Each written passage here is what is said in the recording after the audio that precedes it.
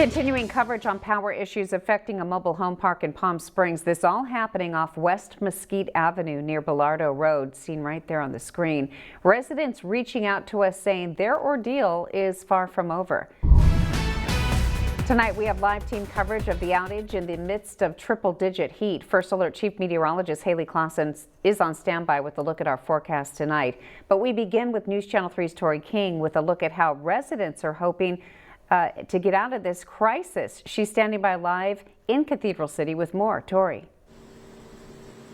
Hi there, Karen. I'm here at Southern California Edison, the power company responsible for the electricity at that Parkview Estates mobile home park. Edison tells me that they're doing everything they can to get the power restored as quickly as possible. But residents there tell me that something like this should never happen, especially in dangerous triple-digit heat. We're hoping that this can be resolved within a short period of time because we've got some very elderly residents here. Residents of the Parkview Mobile Estates are growing concerned after a power outage knocked out electricity for the entire neighborhood, leaving dozens of homes without power for more than 48 hours. The outage first began on Saturday around 6 p.m. and by Monday afternoon, power had still not been restored to around 40 houses.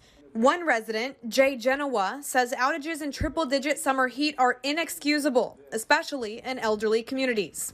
There is a lot of concern across the board here. Health, fire, how is a pet going to survive in 120 degrees?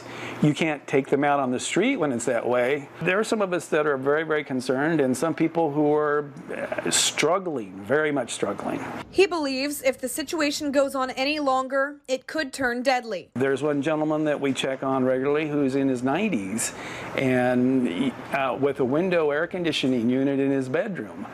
There's been several people that have been taken away in ambulances. This is a dangerous situation. Southern California Edison says it is working as fast as possible to get the power restored.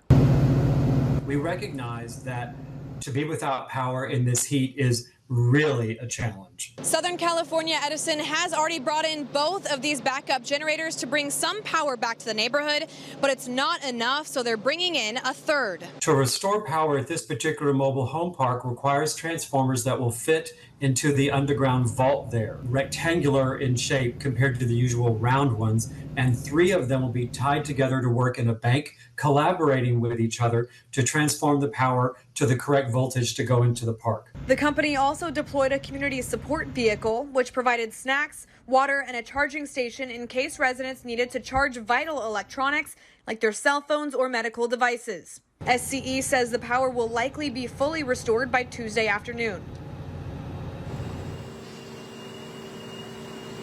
So the city of Palm Springs did open up the Demuth Community Center to help those residents living there have a cool center to go to for the afternoon, but they did not reopen that tonight. They say it's because those power generators are hopefully going to help restore the power there. For more information or for how to contact SCE, you can find that information on our website. Just head to kesq.com. Live in Cathedral City, I'm Tori King, News Channel 3.